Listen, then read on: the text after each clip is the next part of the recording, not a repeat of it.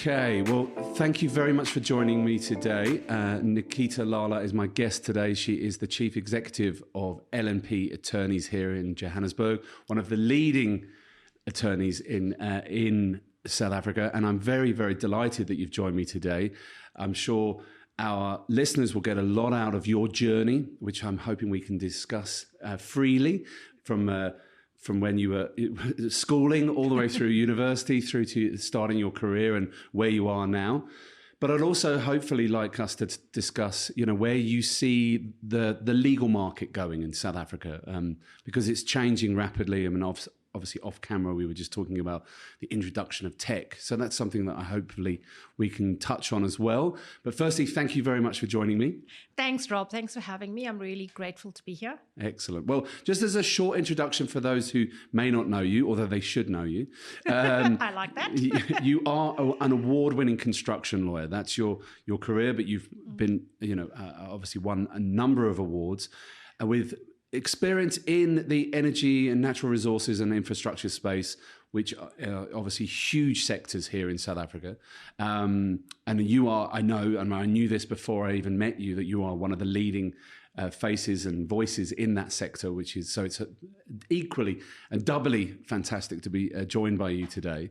I know that you're well rated and well regarded by the ratings agencies and the Chambers and Partners Legal 500, and obviously leading LMP with some strong values, which I'm really keen for you to touch on, because I think it's really important that everybody gets an idea of how you're shaping your company, the platform that you have, and therefore the legal services you're providing your clients. So, if I may, where were you born, and and where do you come from? So, grew up in KZN in a small town on the north coast of Natal called Verulam, couple k's inland from Umdloti. Oldest of two children. Dad is a teacher, typical Indian, South African upbringing. My great-grandparents came from India, one of which not to work on the sugarcane plantations, but one of who was an indentured labourer working on the railway tracks, to railway lines to ensure coal was transported to the ports. So I feel that, my construction law expertise does have some sort of history in the family. And I grew up in I would say atypical Indian family, to be honest, because I think in a lot of, in sort of modern corporate South Africa, the way I was raised is the way I engaged in corporate South Africa, which is slightly different. Had absolutely no gender bias issues at home. Everything was always equally divided, equally distributed. It was enough that, I simply was who I was. There was no allocation of, oh, you're a female, therefore behave in a certain way, or you're a female, therefore do these things. And I think that really gave me a very strong base to prosper within the legal fraternity, which by no means is easy or soft.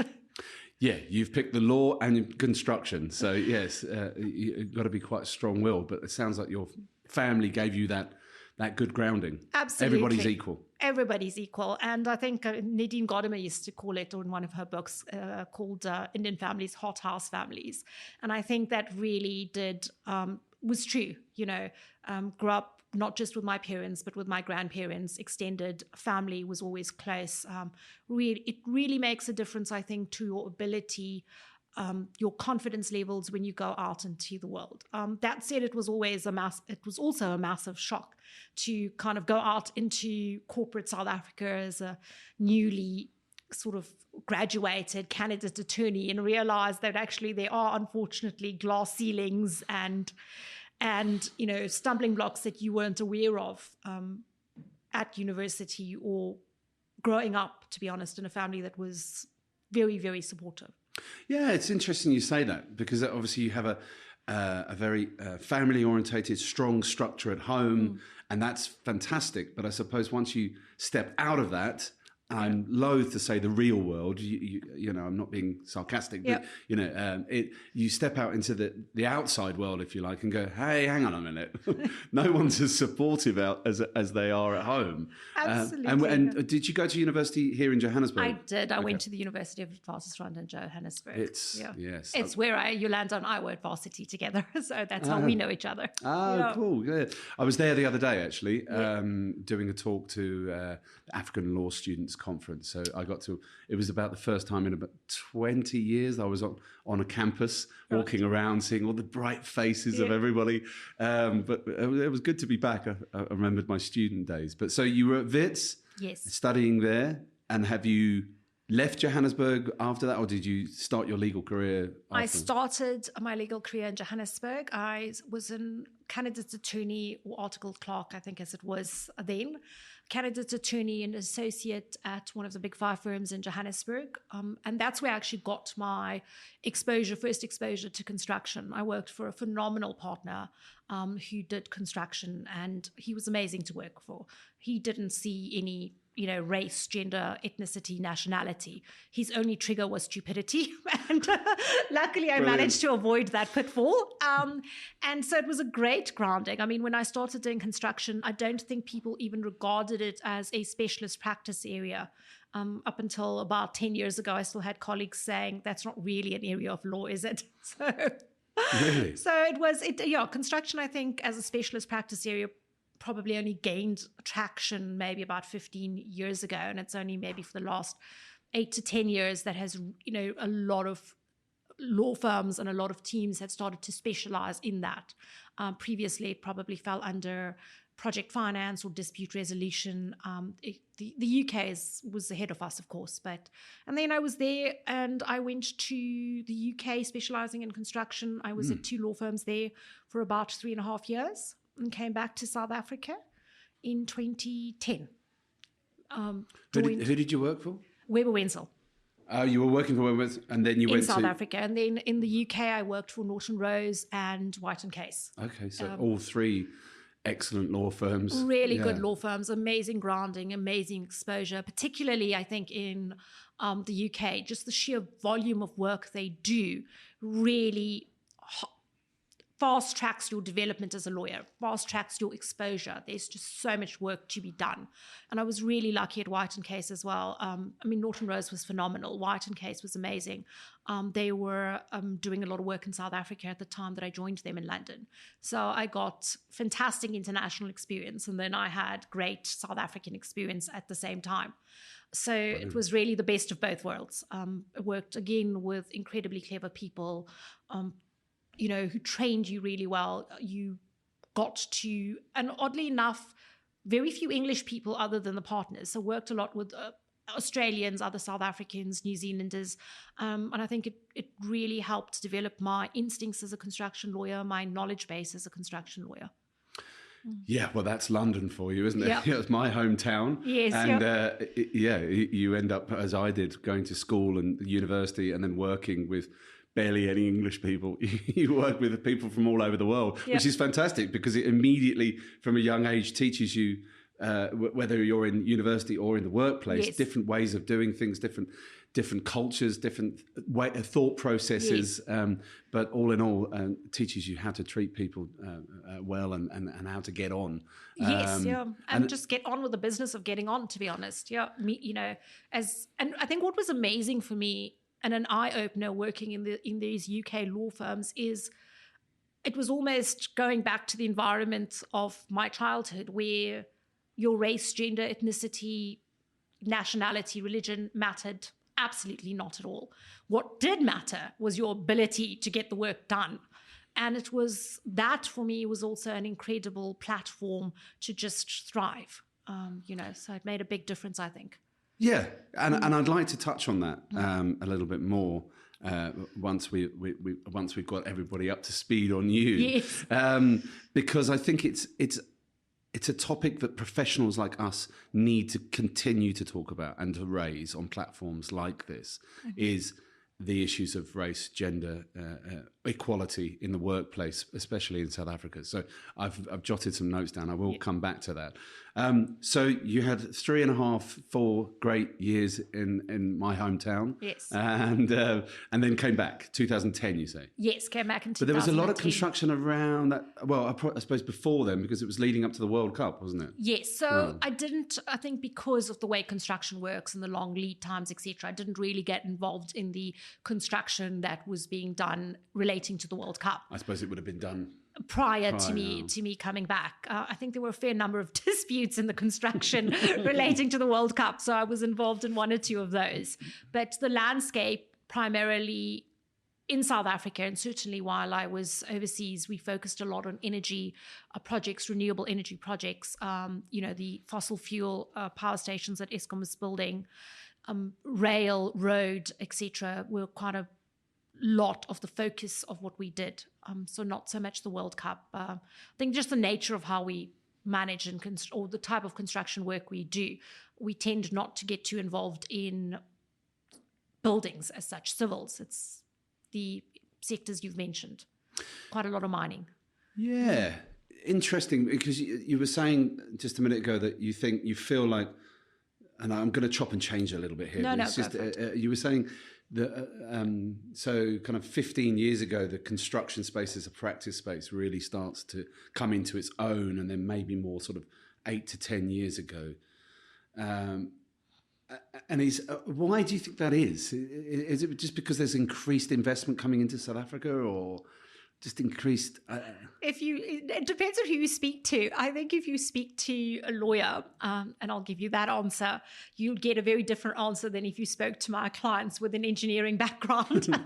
So yes, I think as the market developed, there just tends to be more specialization. So as the market developed, as we had international firms coming in, as the projects got bigger, you required lawyers that were specialists in that particular construction practice area to enable projects to close more quickly, to enable the negotiations to really touch on what are the push-pull factors, what are the sensitivities.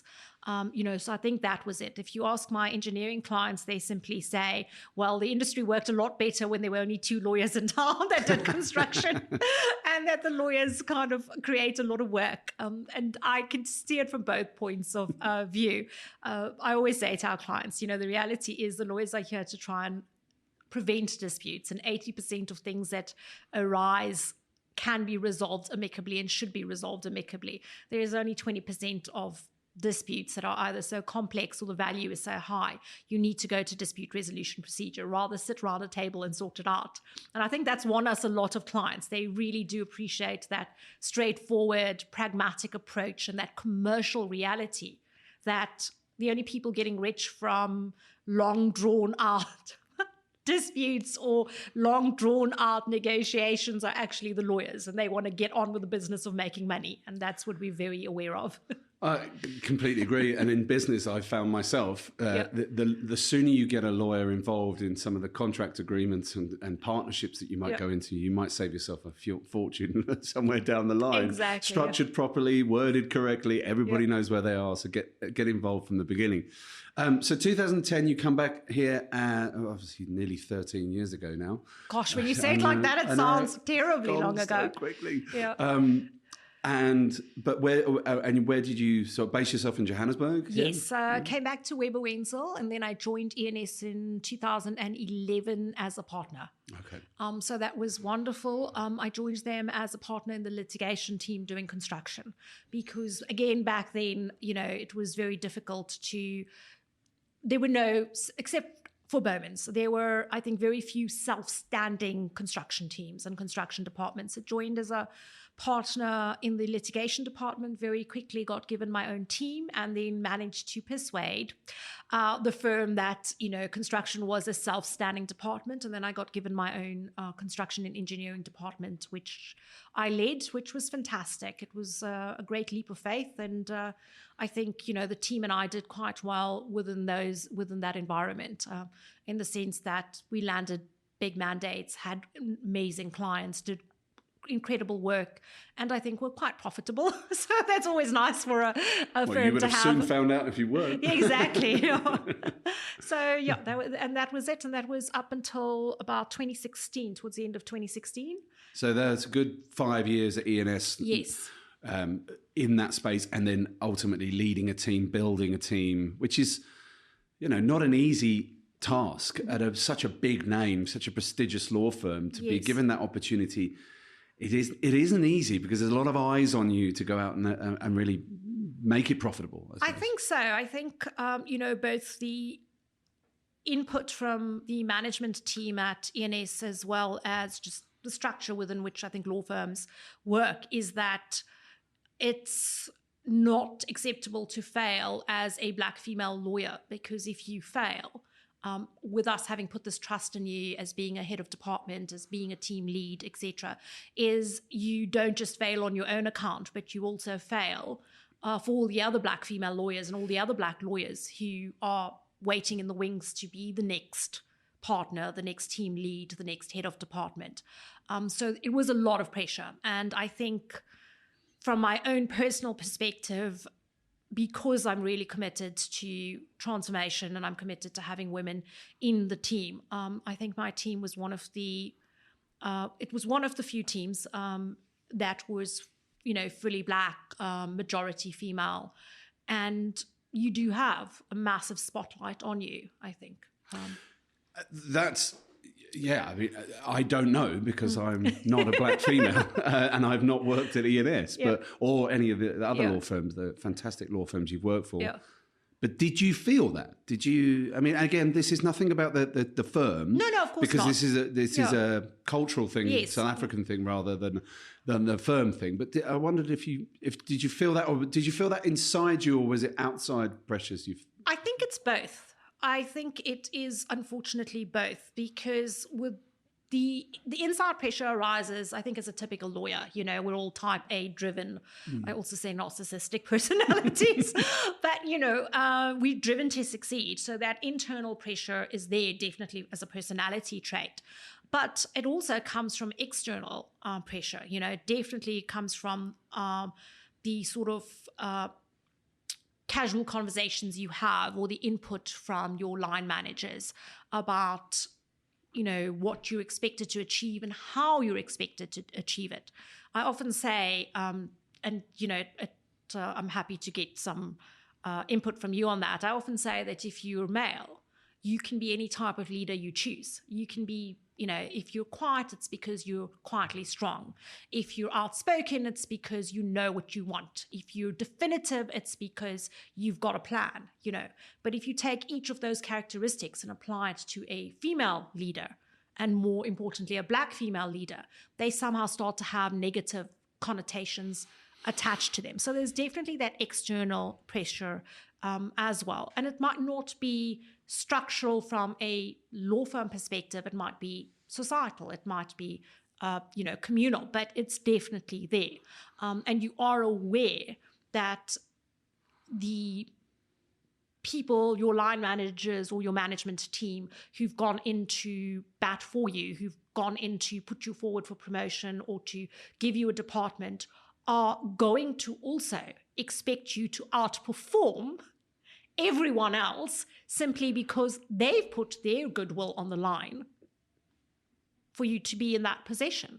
I like to think my team and I succeeded, but my team is a phenomenal team, and we've done really well. I think the difference between having this construction team at ENS and having construction team at LNP and what we were trying to create at LNP was no difference in the quality of work or output or the type of clients we have. They're very similar profiles to the clients and the work we did at ENS. It is simply a different cultural environment, which is not to say it's not incredibly high pressured.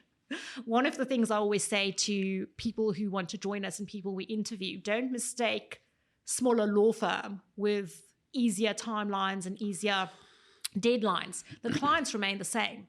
The output that is expected is exactly the same.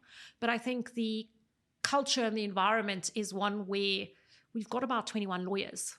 20 of us are female. And we have one male whom we do refer to as the unicorn. And he's the standard to which all other males we hire will be held, unfortunately. And, the team is entirely, out of the 21 lawyers, 20 of us are Black. So we've tried to create an environment while it's high pressured and while there is a lot to deliver. It's the structure within which it functions, perhaps, and the environment within which it functions is one that we've termed more authentically African. So less Western, less corporate, more in line with there's enough pressure from our perspective in the type of work we do without there being pressure of you to behave in a certain way simply because of race, gender, ethnicity, nationality. There's a million things to unpack in just what you've just said there. I'm just going to go, I want to come back to the conscious and unconscious bias related to the expectations of you as a Black female lawyer and experiences I've had in the recruitment space globally for the last 20 years, but also from a small firm perspective. You've obviously got incredibly high standards. Yes. Just personally, you've got very high standards, clearly. You've also worked for some of the best firms in the world. Now you're running and owning one of the best firms in South Africa. I'm so glad you think so. I hope that message gets out there. and I have a research department, a huge research department with stats and data to back that up.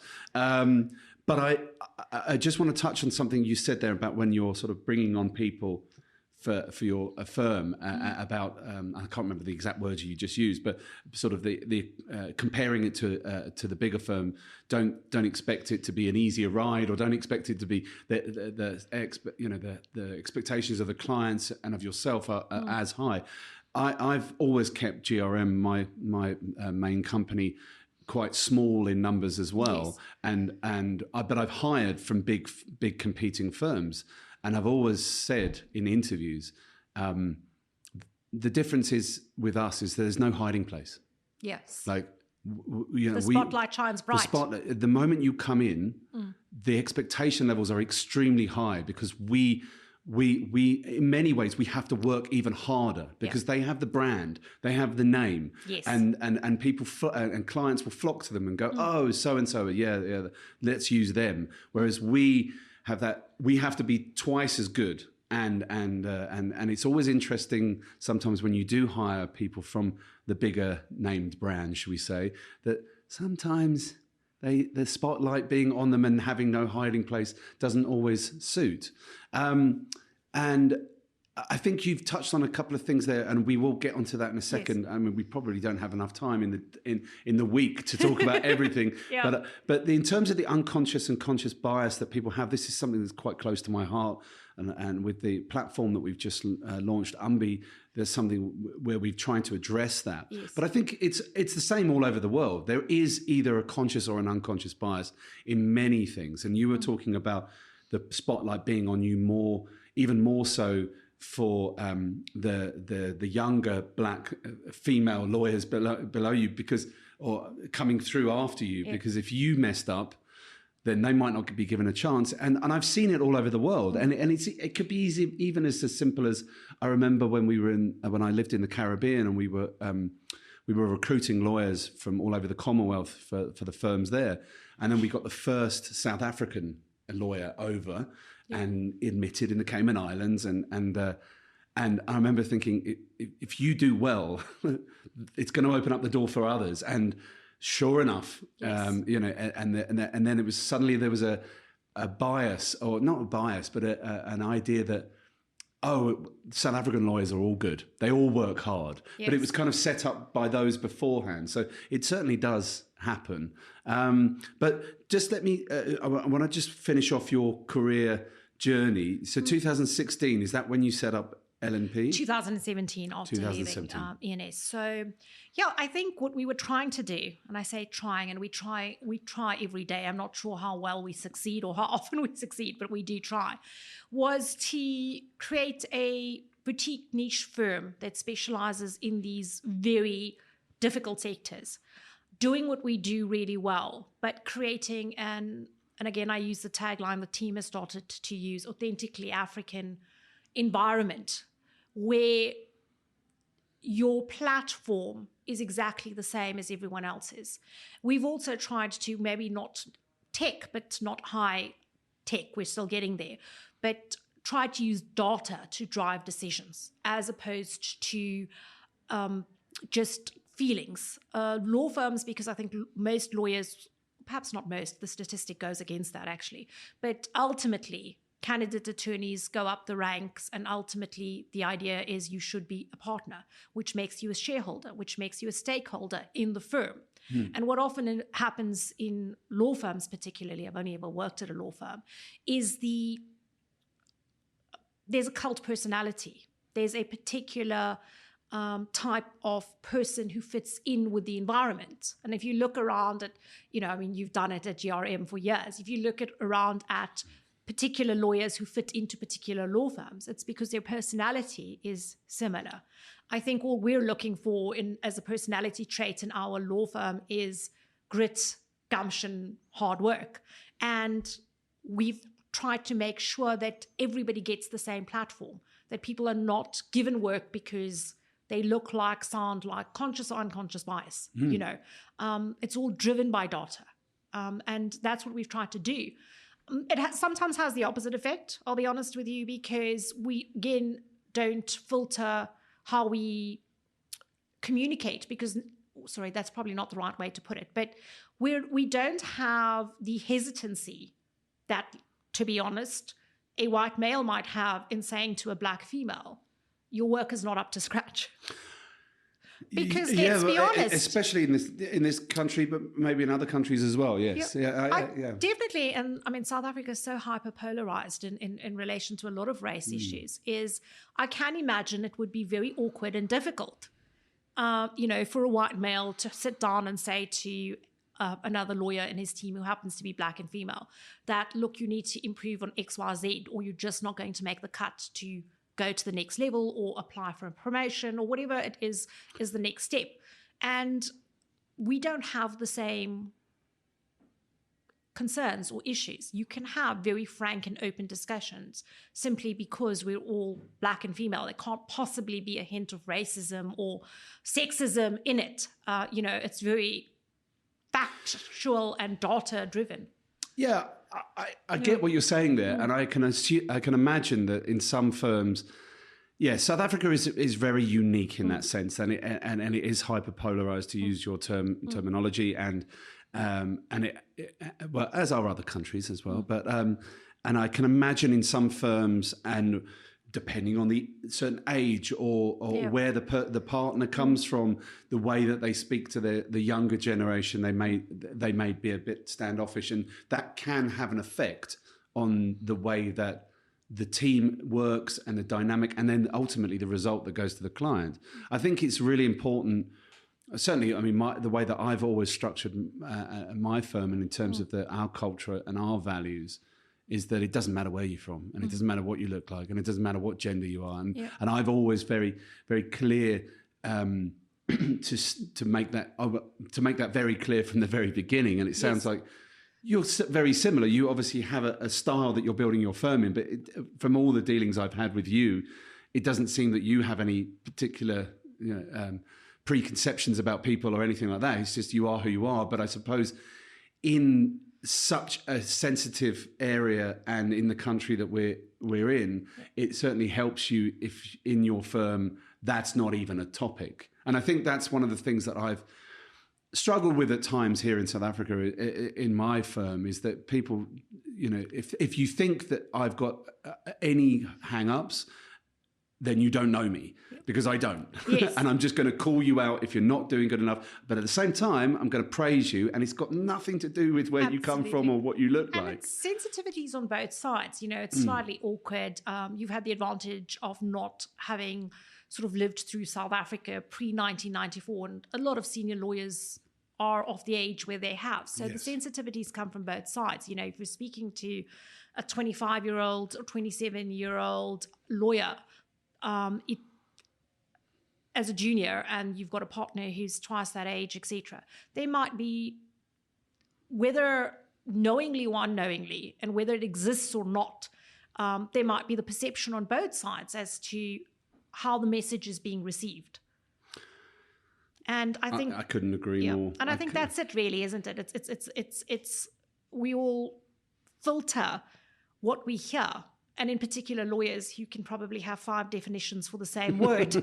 So, and unless it's a defined term in capital letters, it means something completely different. So I think it's that filter of, and the perception that becomes the reality in someone's head, which can be a stumbling block to their career, to how they progress, to what they hear. I couldn't disagree. I think it is, and it's such an interesting topic to discuss in terms of especially in this country. Yeah. Because and as I was mentioning before off camera, we recently, over the last couple of years, we've been developing a new recruitment platform which has gone to market now called Umbi, and it's been designed largely to, I suppose, deal with the fact that there is conscious and unconscious bias within the resourcing process, if you like, and it's been a very interesting journey because it's it's such a wide and fascinating topic to discuss and try to deal with. We've had consultants in, we've had researchers in, we've spoken to clients about issues surrounding race and gender, and it's not just in this country, because obviously, as some of our listeners will know, I spent nearly a decade in Asia, in the Americas before that, and in Europe before that, and there is, within the resourcing industry, but in life in general, there is conscious and unconscious bias, and it's something that needs to be, whether it's race or gender or whatever it may be, and it needs to be addressed. But it's interesting. Tell me more about the way that you've sort of set up L&P, because obviously, as business owners, we have the idea, we then pull the trigger on day one. Sometimes with you lawyers, it takes a little bit more time to get there because you're risk averse and you just want to make sure that everything's perfect. But what made you make the decision to go out on your own? What was the thing that really drove you? So it was to create an environment where the lawyers within the environment that we were hoping would be primarily Black and female lawyers had a space to simply practice and focus on their career. Can I just interject? Yes. Is that because of your own past experiences, again, back to the possibly unconscious biases that you've been privy to and been a victim of in many ways, that you thought, actually, if I can sit here and create an environment where that doesn't matter, we can be the best we can be. Is that what really drove that? Definitely. I don't want to make it seem as if though I've only ever had bad experiences. I wasn't thinking I've had some amazing people I've worked with, all of them construction lawyers. And then, of course, you have some people who, and again, to be fair to them, I don't even know if they realize what they're saying and how they're saying it. I had a partner at a firm when I was an associate tell me, no, you'll definitely get promoted because of your skin color. I've had a male partner when I was a female partner say to me, if you were in front of me when I received your email, I would have hit you. And those were things that, and he said it in front of a female head of department, so those are things that at the time it happens, you're in such shock. And you are in such complete... I'm a bit shocked now. You think, you're a lawyer. Was that because the work that you did wasn't very good? No, it was a complaint. Oh, okay. It was a complaint about something, and he didn't take too kindly to the complaint. Okay. Still, so it was that you think you're a lawyer and you think you're prepared and you think, I'm strong and I'm tough and I'm confident and I deal with construction guys and mining guys because of the industry we're in. The CEOs of these companies normally started out in the trenches. They're tough. Yeah. And my the construction partner I worked for at Weber's used to say, the softest thing about me are my teeth. So, you've built up this armor. I like that. And he's phenomenal. I say was, but he is. He's retired now, but he's an incredibly phenomenal lawyer and a person. And you think you're going to be able to deal with it. But then, of course, you get these comments and you freeze. You just freeze. And afterwards, you get so annoyed at yourself thinking, why didn't I respond?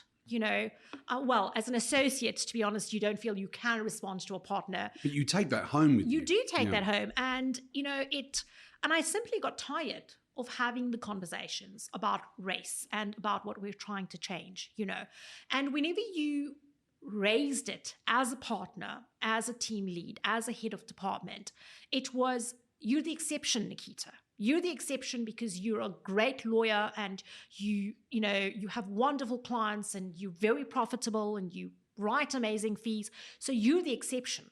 But, there are other people around you. And when partners would say other people, what they really mean are black lawyers around you who aren't cutting it, who aren't in that position. So no, we can't promote people, or we can't do this, and we can't do that. But there are also white lawyers around you that aren't performing. Absolutely. It's and I think it was one of the advantages of ENS was it was very driven by you could see the numbers. You could see who was working, who wasn't working. But of course, like any other firm, and I'm not pointing to ENS, so just generally speaking. You've worked there. So it's a culture. It's you do see the numbers, but of course, if you fall within a particular cultural group, then you're okay. There's slightly more for a buffer between you and whatever the consequences of not performing are than the person in the next office. And that's the reality. I'm not fighting it. I'm not, and I'd spent 20 years arguing and debating about transformation and about what we do and trying to do things differently. But you are fighting it because and in a good way and in the right way, because you're doing something about it. And I do think, and I'm again, for the listeners, I'm not going to talk about age here, but of our generation, yes. We're the last generation that came from that bullying environment. Yes. We're the ones who worked in our jobs and got, like you said earlier, got told I'm going to hit you. Yep. I got similar, again. Oh, don't worry. As an associate, I had a file thrown at me and all I did was duck. I had a few things thrown at me as well. And this was quite standard back in the day. Yeah, I mean, it was pretty standard. Yeah. We laugh about it now because it's so ridiculous, obviously, but we are that. So you are doing something about it in much the same way as I am, because we're addressing it, we're talking about it, and we're making sure that it never happens again. Yes. That people can be judged on their performance, on merit. And we're jumping around a bit, but if you take the fact that largely in the legal sector across the world, we're losing that lockstep payment of partners who were just privileged enough as they got older to get more and more money, or actually we were moving towards much more of a merit-based system of remuneration. That's all helping in the legal industry and in other industries as well. That it's these subtle changes where it doesn't matter what you look like, and it should never matter what you look like. You judged on your performance. That's what we wanted to do from a cultural perspective. We wanted to create this firm of high-performing lawyers who would be high-performing, judged, as you say, on their performance, on their ability as lawyers, not based on any other criteria. Can I ask you a question? Yes. And it's really just popped into my head, so I wanted to ask you before I forget it. Do you also think that law firms here in South Africa have faced that issue as well? Certainly black-owned law firms, that maybe that they are in the past have been selected because of their B level 1, as opposed to the fact that they can actually do really good work. Do you think there's been some sort of, and in many ways that might hinder them? I or the impression of them? Think so.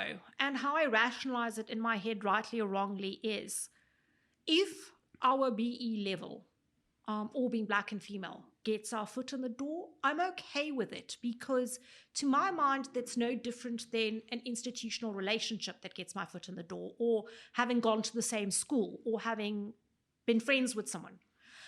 But that's just the first step. Yeah, then you've got to be good enough. Then you've got to be good enough to prove yourself.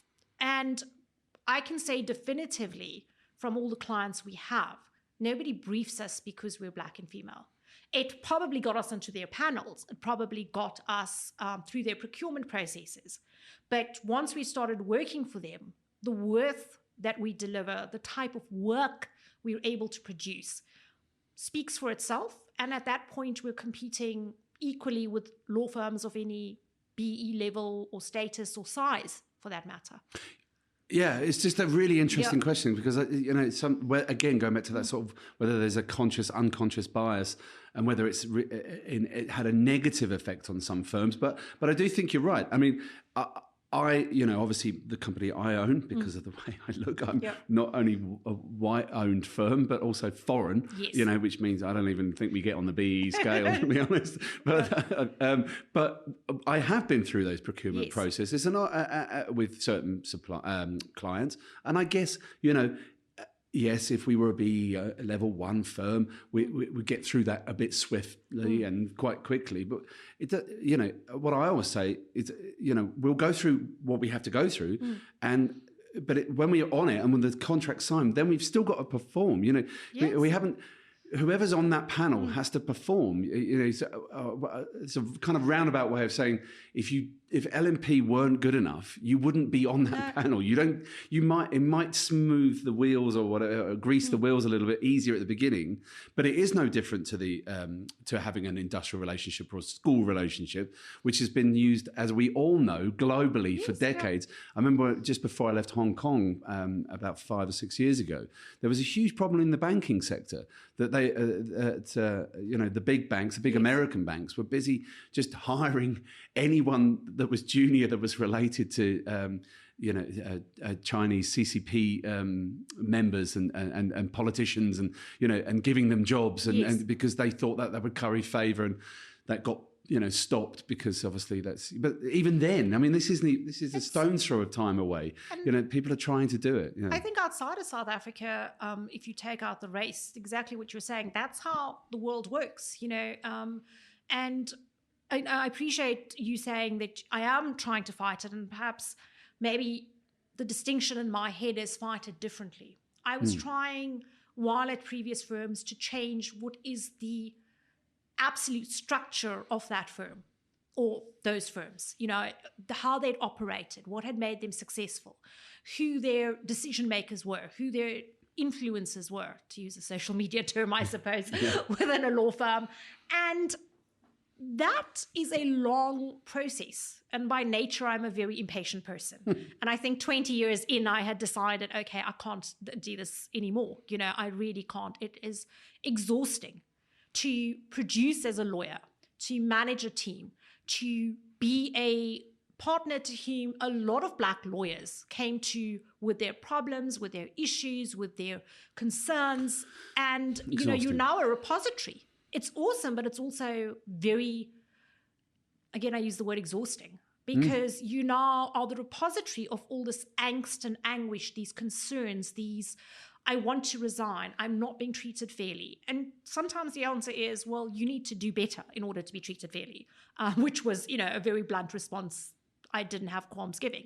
But other times it was, well, what can you do? Because what you're fighting is a institutional issue. It's an infrastructure issue. You're not going to be able to change it. And it can be, in many ways, a person issue. Yes. The person that you're working for does have conscious bias, to put it politely. And you're not going to be able to change And you're not them. going to change that person. You're just going to have to stop working with them or tell them it's wrong and then leave. And sometimes you don't want that because it's a good lawyer, or it's a lawyer that you feel should be part of the system. They could be doing a lot. And so you have these conversations, and, I'm one of those people that likes action.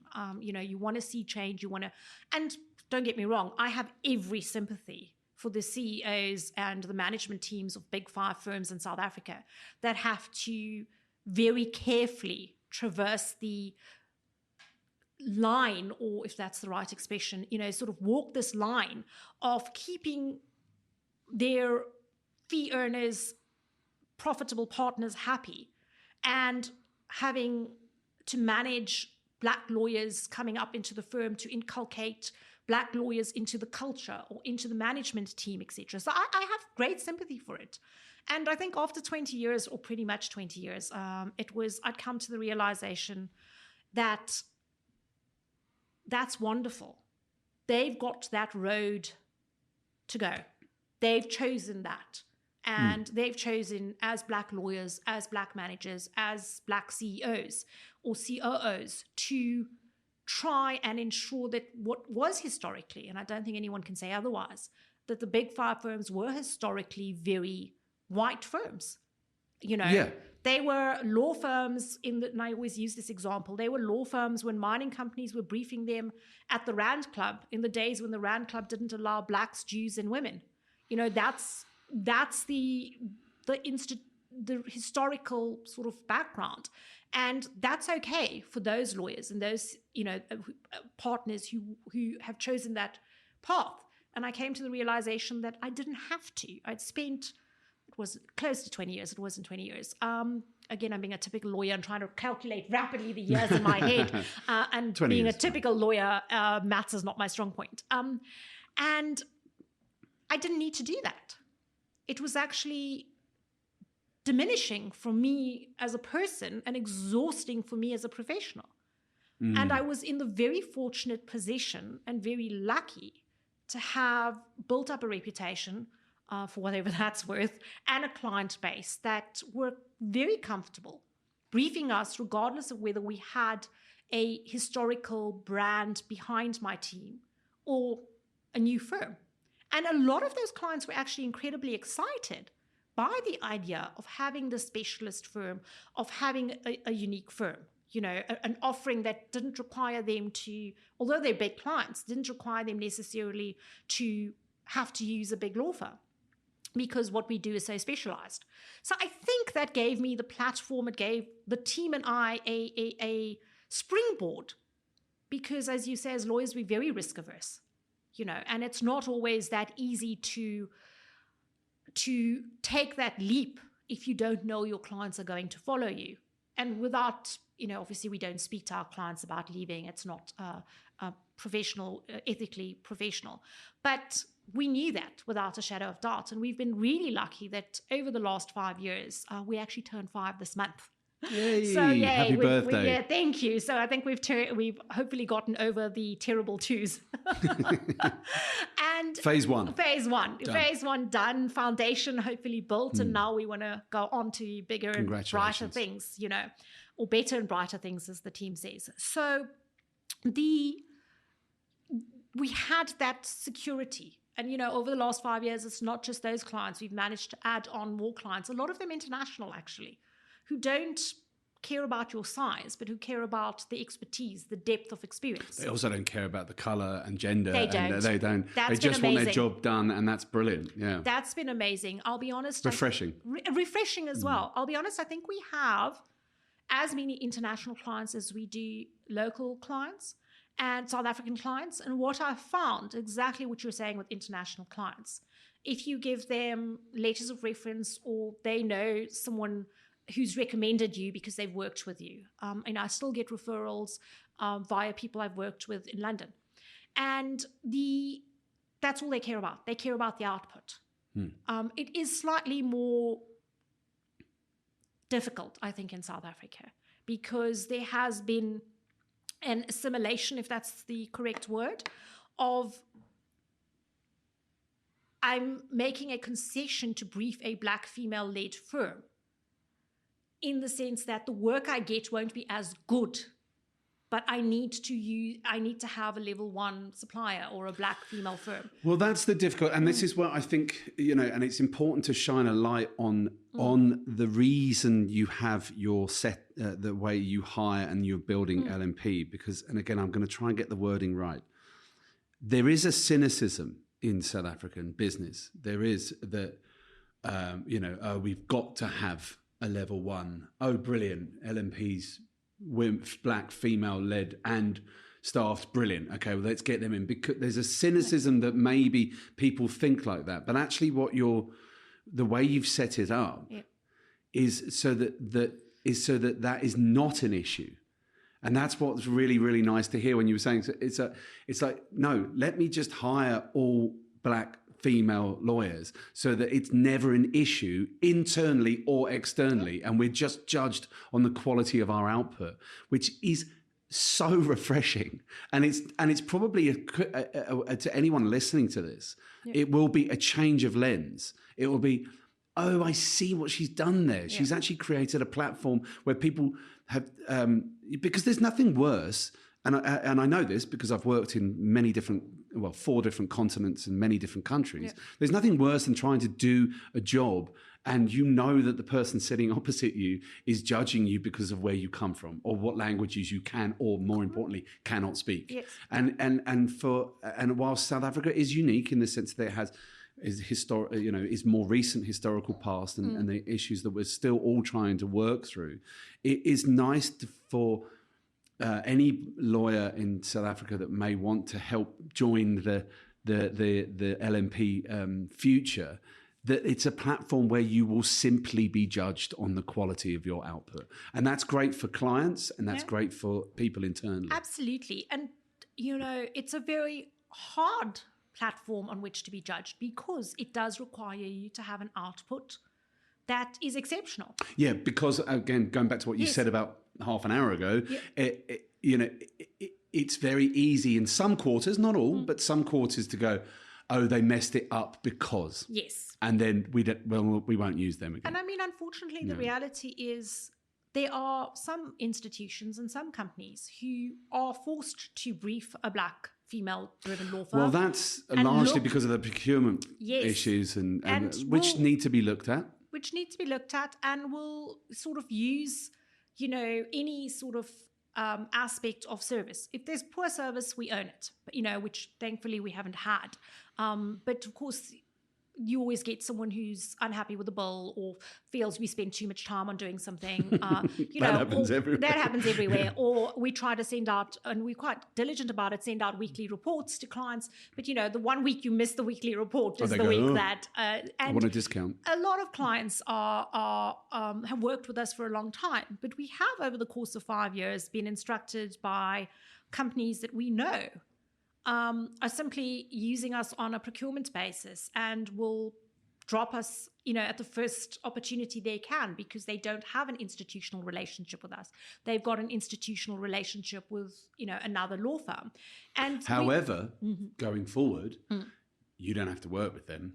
And that's exactly the hard lesson we learned. I think in the first 2 years of operation, first 2.5 years, up until about 2020, we were so nervous about saying no because, any lawyer, if you're asking us to turn away work, it goes against everything we've been taught. We're absolutely petrified about it. But we've now come to the realization that, and we've been able to spot the companies that want to work with us, that value what we bring, the expertise that we are able to bring, and that are enthused by who we are.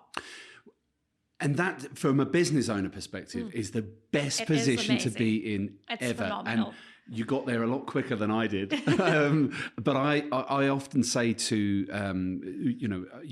that we recruit partners for law firms largely.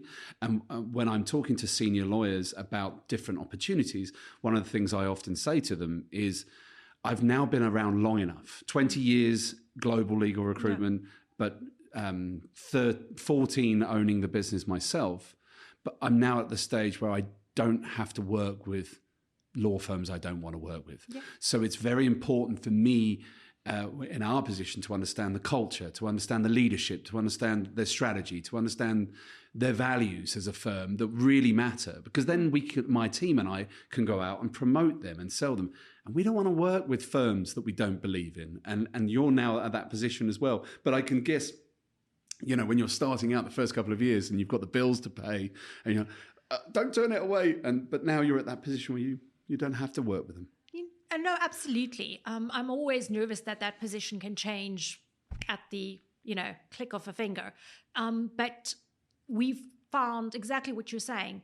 The consequences of working for people that don't value you or what you bring to the table is so diminishing, it's so debilitating that we deal with the fallout not just as a firm, but as individuals, as the team having to work with that particular client for so much longer than the mandate, the length of the mandate.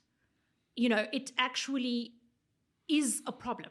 One of the things I wanted to, and I'm sorry, I obviously say things in a very long-winded way, is one of the things we wanted to do outside of the culture of the firm was create a firm that was uniquely different in how it remunerated its lawyers. Because rightly or wrongly, just readings, etc. Always, we had what we call a round the table session in September for various legal advisors and general counsel that are our clients. And the overarching topic was what does the in-house counsel team of the future require?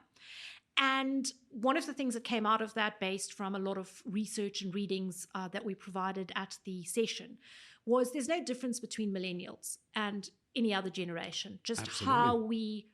how we express ourselves in our generation is slightly different to how they express themselves. But what did come out of that is what millennials value is experiences. They value being valued. And I think that's true of all of us. So one of the things we've tried to create at LNP, we'll see how successfully, is a very different remuneration structure. So in addition to bonuses that are based on output, we also don't split the dividends amongst the partners, the equity partners of the firm. We split what would be the dividends, if they were shareholder dividends, amongst everyone in the firm, including the non-lawyers, to thank them for how well the business has been doing. And that, again, is based on empirical data that comes out of the accounts department. It comes out of how everyone else feels about the input that people have given through the year, the things that you can't monetize. The person who stayed late to help you because you had a deadline, even though they didn't. And I always use this example, the lady who does our teas and coffees. If there's a filing deadline and we've got until midnight to get files done, bane of any lawyer's existence. Sadly, you can't automate that because a lot of the arbitrators and adjudicators in our practice area still want hard copies. She'll say, please send me home by Uber, but I'll stay and I'll help the ladies.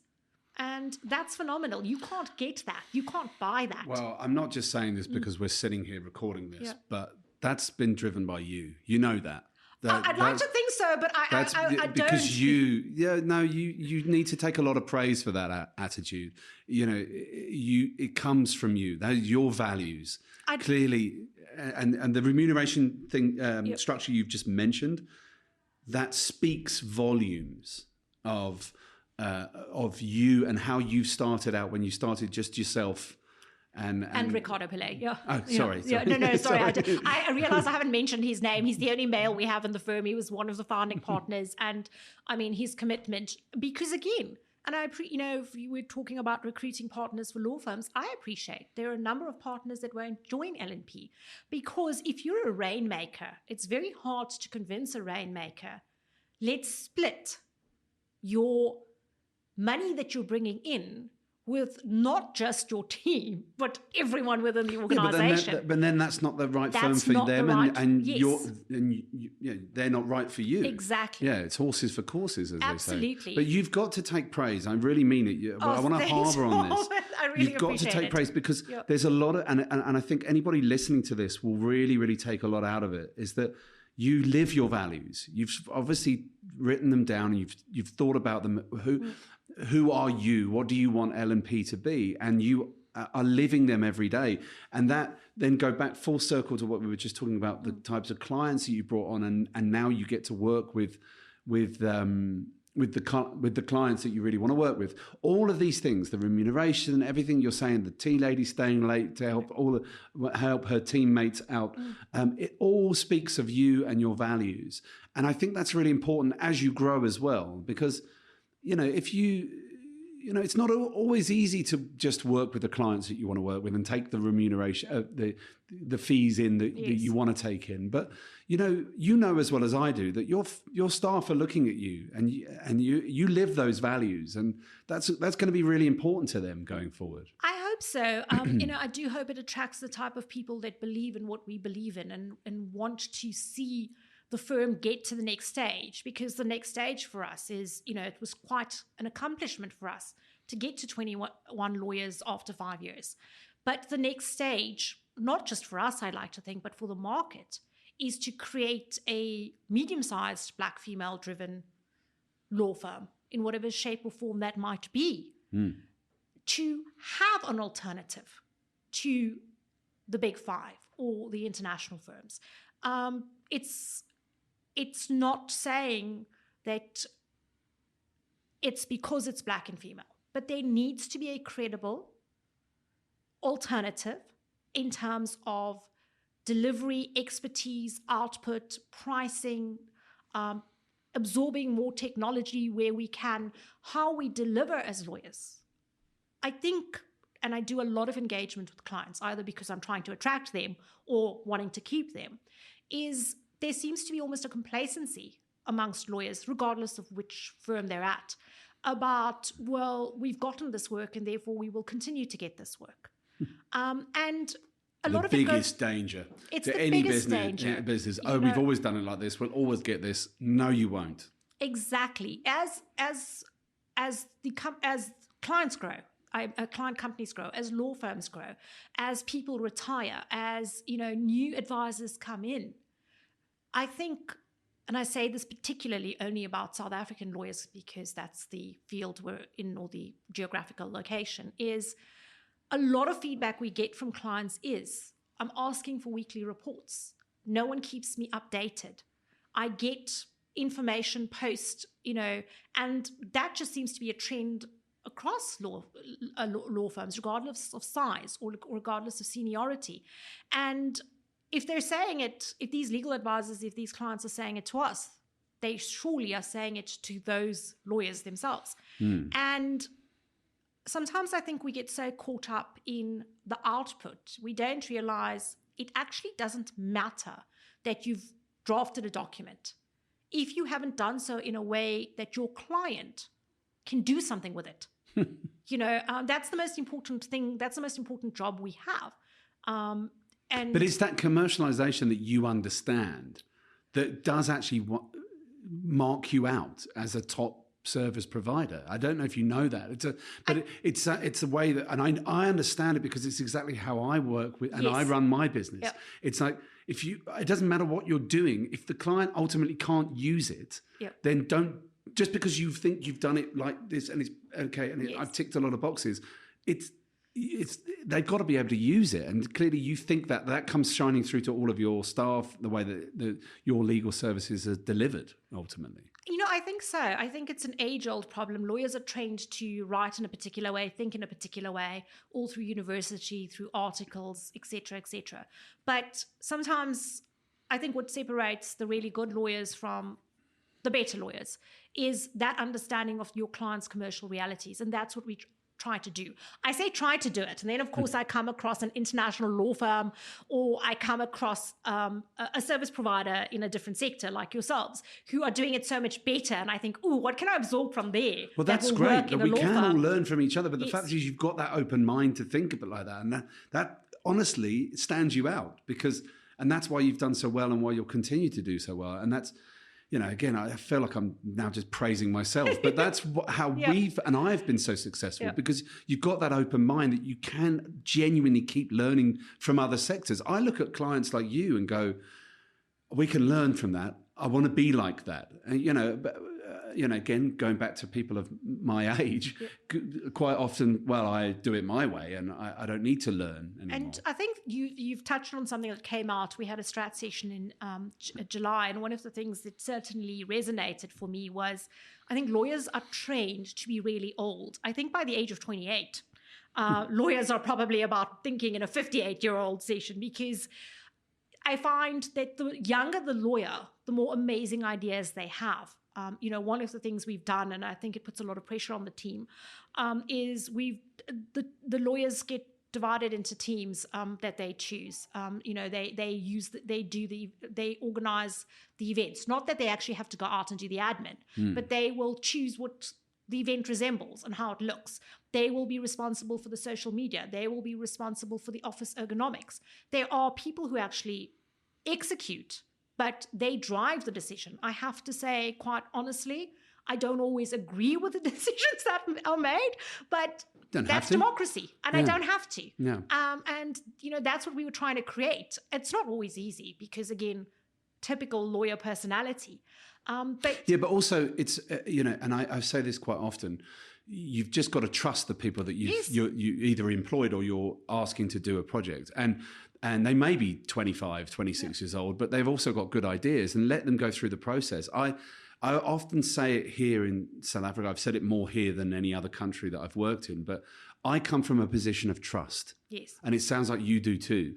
There's a lot, well, we know the reports on employer relations in South Africa, which is at an all-time low. Yes. There's many companies that don't trust the person that is in front of them, and that's to their own detriment. But it sounds like you go, I'm entrusting you with this. Go for it. So definitely from a trust perspective, I have to be frank and say the typical lawyer personality entrenched within me goes, oh my gosh, if I haven't heard back, does that mean no one's done something? And then you control panic because you can't delegate and you can't give up control. So it is But the fact is, again, it goes back to what I was saying about you are making a difference, and you are changing things because you're working on yourself all the time, and you are changing. Certainly trying to do things differently. I think the one thing that I can't stress enough, and it's the unfortunate reality, is if you are a female, if you are a Black female, you've got to do things, you've said, and not just as that, as a startup law firm, you've got to do things not just twice as well. But I always say, to use that trite expression, it's not a question of a woman dancing backwards in heels. It's a question of doing it over a tightrope, 100 feet in the air, and that's really what it feels like very often. And you've got to push through that. You've got to push through those anxieties, those aspects, and trust that the work we do and what we're trying to achieve will come through. I don't think you're wrong, and I know that as someone again who's lived and worked all over the world and has a very open mind and a pair of open eyes and sees how business operates, what people think, and that's the space I'm in. I don't think it's wrong of you in any way, shape, or form to say that there are extra eyes on you when you are a Black female and a total almost 99% staffed Black female run law firm. There are not in every circle, but in some circles that will either be clients or they'll be competitors or they'll be market analysts or whatever. They'll be looking at you, so there'll be some individuals amongst that crowd that will be expecting you to fail, waiting for you to fail, and dare I say it, hoping you fail. I remember, and I think that it is right for you to say that you have to be even better. Yeah. Still now. No, absolutely. I remember the year we opened, one of the partners from a big 5 firm said their firm drinks that, it's a really cute idea that Nikita has and trying cute. It was a very patronizing statement, but really I can't see how it will work. And I think that's the reality. And, in the type of sectors we work in, I can also understand a board member or a executive going, I've never heard of LNP. How do I trust a 6 billion rand energy transaction to them? Or, really, I've got 5 law firms beating down my door, all of whom have been around for 200 years. So that, I think, takes time, and it takes building the relationship. It's doing things like this where we get exposure. It's hoping that market research starts to show that we don't do everything, but we do what we do very well. Yeah. And just building on that and hoping that we actually manage to take the next step up. Your foundations are amazing. So for sure you will get to where you want to be. But just on something you've just pointed out there, I think it's important as well that we explain through our experience that it's not people's reaction like that's such a cute idea. I mean, how patronizing. I'd love to know who that is. It's not just a South African thing. It's not just a race thing. That is human nature. That is everywhere. That is what I got when I set up my business from people who have never even been to South Africa. It's always this dismissive sort of, Oh, how sweet. I'm sure they'll be fine. It might not work, but, they'll come back to us eventually.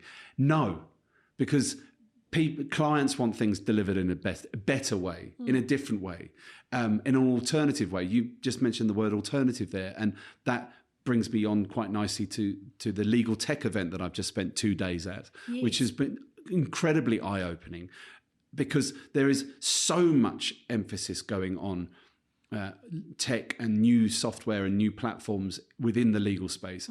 And why? Because the clients want things delivered in a different way. They want it to be delivered with in the not necessarily faster and not necessarily cheaper, but they want an alternative to the lawyers who just say, well, it's always been done this way, and that's it. And I think you're right to take advantage of that. I think so. We want to be known as, and we want to be the law firm in our sector that delivers, that provides commercial solutions to what your business needs, as opposed to a 50-page opinion on the pros and cons without actually giving you an answer.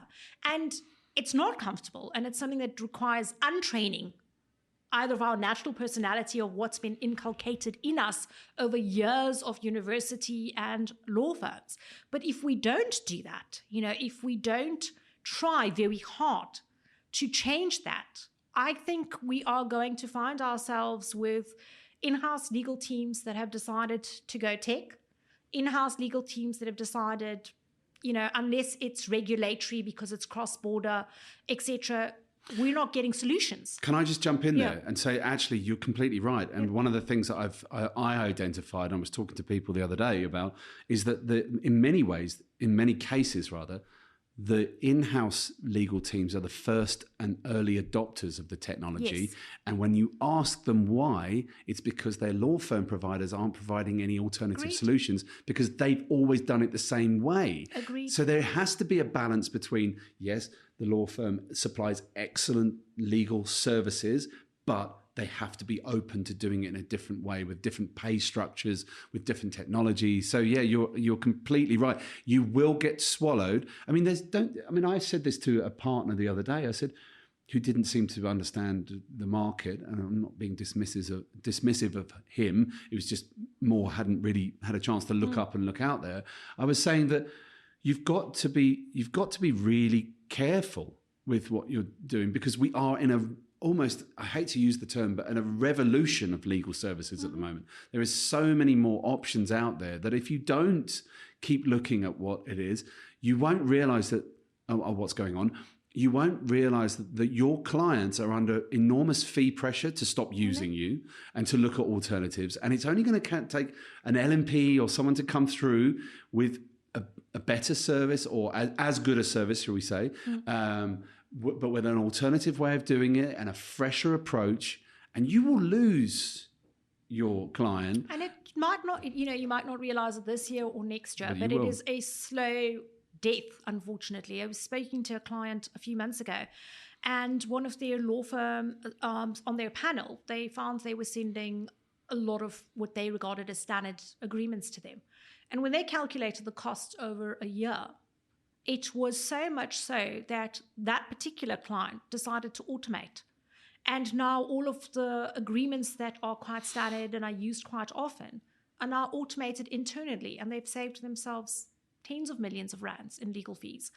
And you might not realize it, because those are the agreements that perhaps were being done by very junior lawyers that no one takes notice of.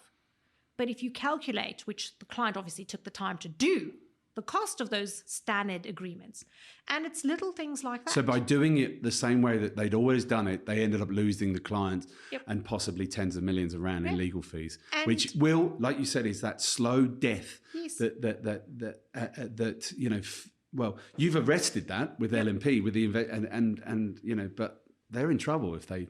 No, absolutely. And I think, what helps us is that because we're in such a specialized area, being construction law, it's not as easy to churn out templates. But what we do realize is, if we don't start to automate, if we don't start to give clients the ability to do the smaller transactions, whether it's under 10 million, 20 million, 100 million, by themselves, it's not viable for them to come to a law firm.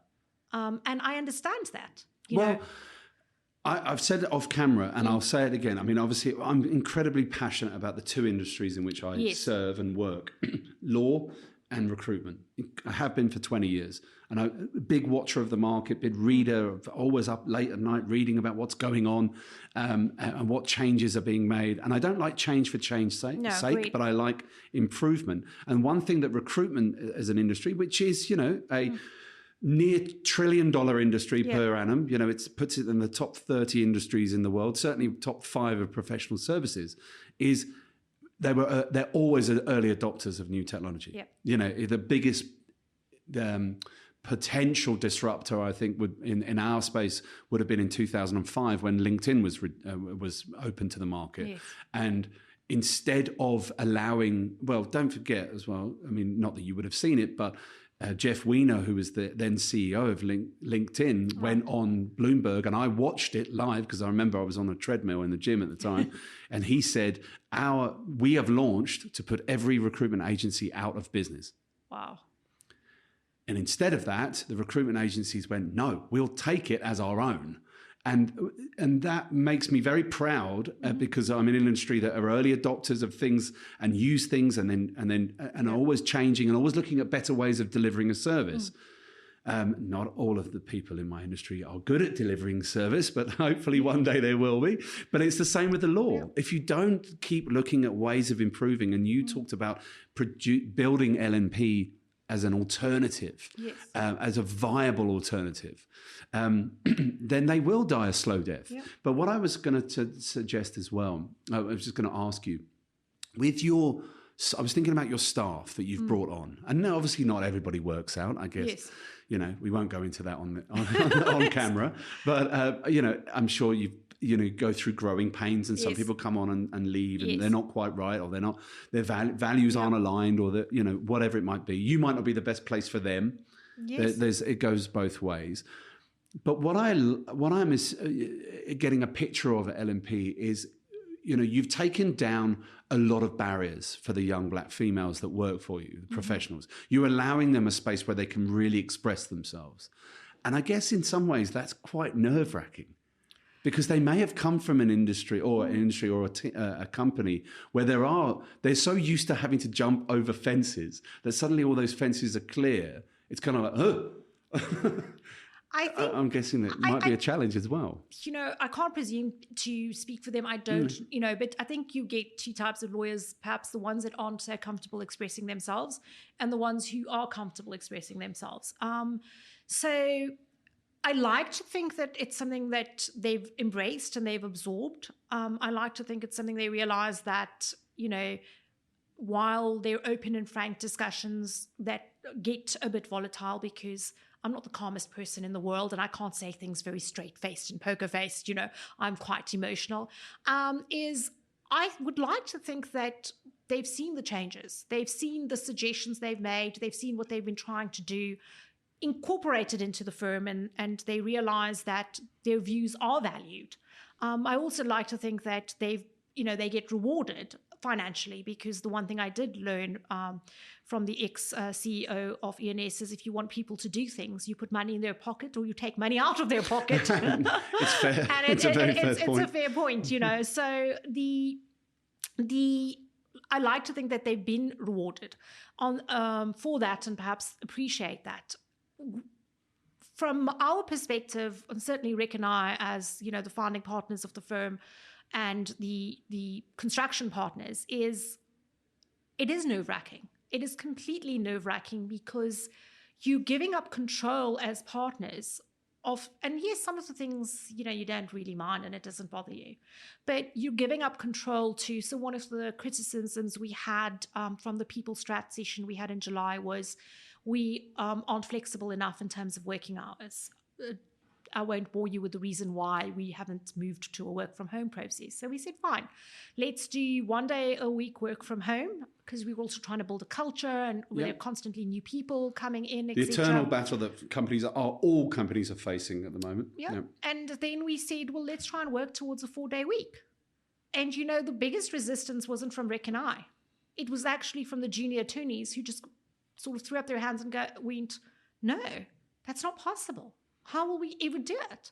They just wanted more. They didn't want less time at work. They actually just wanted more flexibility to be able to produce that work in other places. And I think the 1 day a week work from home definitely worked. But we haven't we haven't abandoned the idea of a 4-day work week. It's worked in other law firms in other countries, perhaps only one that I know of.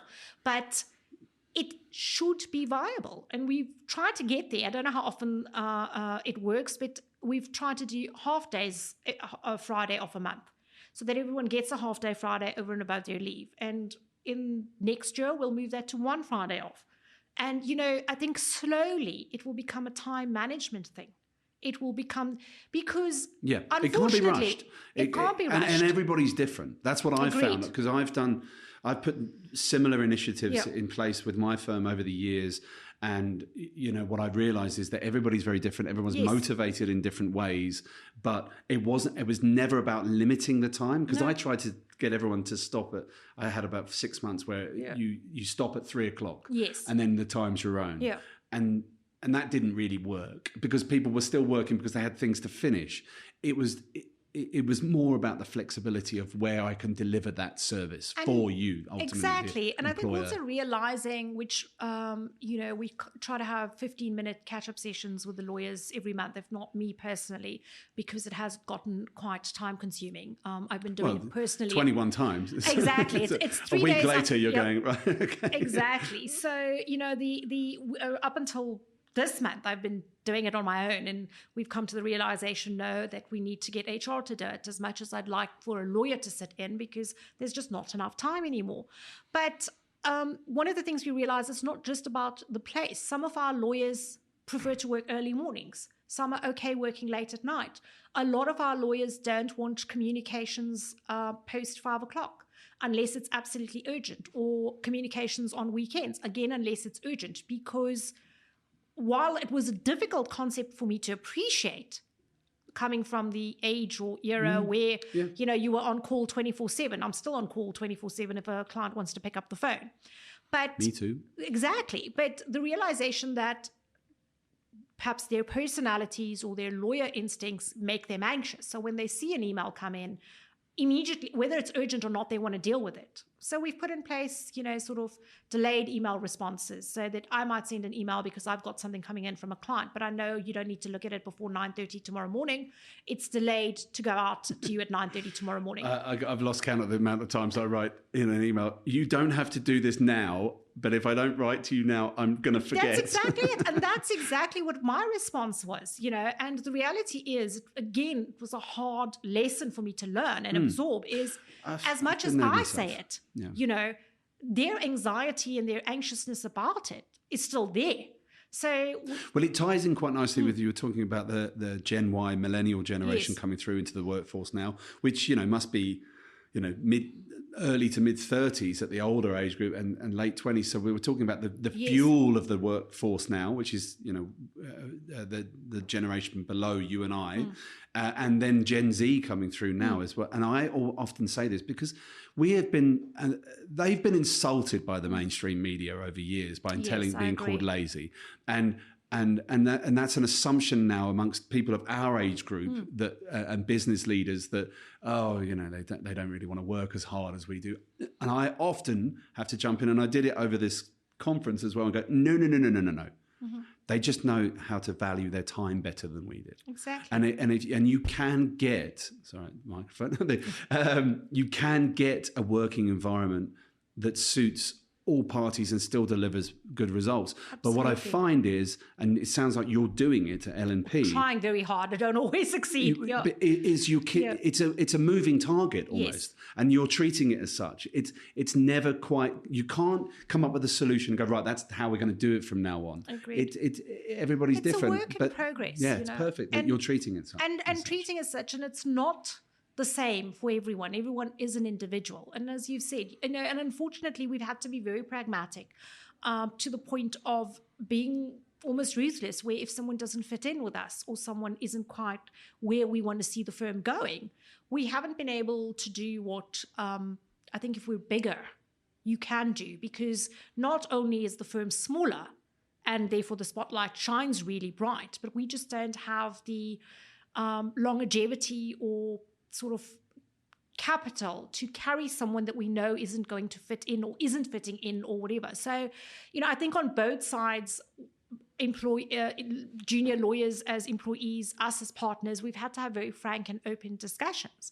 They're not always easy to have. No. But I do think it's better to have those discussions than to let someone believe there's an opportunity that isn't going to exist within the LNP environment. Yeah, and it's growing pains as well. Yes. It's only 5 years old. And, exactly. And it's good that you haven't just come in and gone, we are going to do it like this, and that, everything else can go. You're constantly moving and changing as an employer, as somewhere where people would want to work. And I think it was one of the reasons I knew that about you from our first ever discussion, and it was one of the reasons why I was very keen to get you in this studio. Thank you. Was because I think it's such an inspiration, not just to the young lawyers coming through or lawyers who might be thinking about setting up on their own, but also business people like myself. I'm finding it really inspiring that you keep changing, keep looking, keep asking your staff and your other leaders in your firm, how are we doing? Are we doing it this way? Are we doing it? You're constantly trying to improve. And can I just go back very quickly to the question, the conversation we were having earlier about the fact that you've created an environment where young Black female lawyers don't have to have the question of being young and Black and female, because you've created an environment. And dare I say it, you've actually taken, in a very clever and a nice way, you've taken the race conversation off the table, because it just isn't, it doesn't matter. And that is the best way to deal with the barriers of race, is by taking it off the table. We've taken race, I think we've taken gender, religion. Some people might table. look at the firm and go, no, you haven't, but they're looking at it through the wrong lens. You actually have taken it off the table for those within the firm. It now just becomes a question of, are you good enough? Exactly. I love it. And and again, I always apologize for this, and I'm not sure that we should be, but are you good enough is a very high hurdle to get over. Never apologize for that. We've got to be the best. This is an incredibly competitive environment. Agreed. We've got to keep improving. We've got to be able to take criticism as well. As much as I'm sure it's maybe nice for people like me to sit here and you get the award and go, how amazing you are. Your clients will talk and they will tell you if it's not good enough, and you will keep improving. Absolutely. And again, I think as individuals, as a company, it's always a work in progress. You're always trying to do better, be better, do things differently. And I always say we may not always succeed, but if you keep trying to do the same thing, expecting a different result, that's insanity. You're not going to get anywhere. So we try things. If they don't work, we call them vanity projects. We don't do vanity projects at LNP. If we've tried something, regardless of where the suggestion comes from, and it isn't working, you bin it and you move on to something else. It sounds very much like you have very little ego. And I know all lawyers have a little bit of an ego. I know that. But dare I say, just in terms of the way that it's kind of like you're open to criticism as a leader. Your name's above the door. Yes. That's not to be dismissed. Someone said it to me once, Rob, if you're ever what did she say? Something like, if you're ever feeling down about yourself or your performance, just remember that you've done something that I didn't have the guts to do. You've put your name above the door. I'm going to remember that. And you've done the same. We've had the guts to go out there and put, the L and the G above the door. But at the same time, we're both open to criticism and saying new ways of doing it. And that is not to be dismissed. No, and again, I go, it's not easy, particularly when you feel, as I'm sure you do, that the company is your baby. And we all feel very protective of our babies. And it's very difficult to divorce yourself or disassociate yourself from. Do I care about what the color is? Do I care about what the office looks like? Do I care whether people are in the office or not? And only pick those things that are essential to what you are trying to achieve ultimately.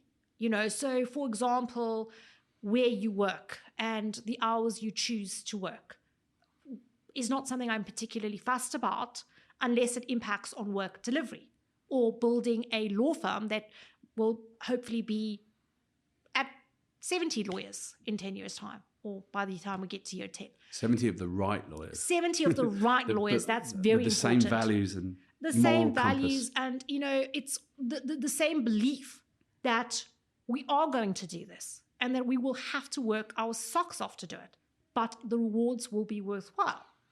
Right. So on that note, what does the future look like for L&P and the construction space? I mean, obviously there's ESG scores and pressures coming online. There's the argument of fossil fuel versus renewables. I'm not going to sit here and have a climate change conversation. We'll be here until tomorrow. But there are obviously issues that we as global citizens have to face. But it's probably there's a magnifying glass in your space. But, what does it look like for L&P? I mean, I'd like to end on just finding out what the looks like for you. The future for L&P is creating a medium-sized, which in South Africa means about 65 lawyers, Black female-driven law firm, which I hope to have news for you next year on. And the future is creating an alternative, a credible alternative to the big five law firms who've had the advantage of hundreds of years of institutional relationships with companies. And I think it's to just do what we've been doing and keep trying to improve it. On a practical level, it also probably means trying to do more work outside of South Africa. The thing that, and I'll end on this as well, is what's made me incredibly proud, besides doing this podcast in November, is we turned 5. We've gone through COVID. We've survived it. We've got that foundation you were talking about. And then 2 things that are happening in November. This week, Thursday, the 10th, we have been shortlisted for 2 diversity and inclusion category, and Rick's been shortlisted as a male driving empowerment within the business at the Standard Bank Topco Awards. And then later on in November, we have been shortlisted as in 2 categories where there are only 12 shortlisted entities or projects or people by FIDIC, which is one of the construction contracts we use for a project that we've done and our firm in and of itself. And that is global. Well done. We are the only Amazing. African law firm to be shortlisted. And that just goes to, we've got this wonderful diversity and inclusion sort of shortlistings at Standard Bank. And then we've got this global shortlisting by an organization that just looked at the quality of our work and how we worked together with our client to deliver a project and how we worked together with the rest of the project team and said, this is worthy. We're the only African law firm. And that, to me, just culminates in this 5-year celebration of those are the victories we want. Those are the victories we've been working so hard to achieve. It's a celebration of the values that you've instilled and the quality of the work that you're delivering at the same time. So amazing. I'm so happy for you. Really. You should. I mean, I hope in December when South Africa goes on holiday, as it does every year, you actually take a moment and go, yeah, all right.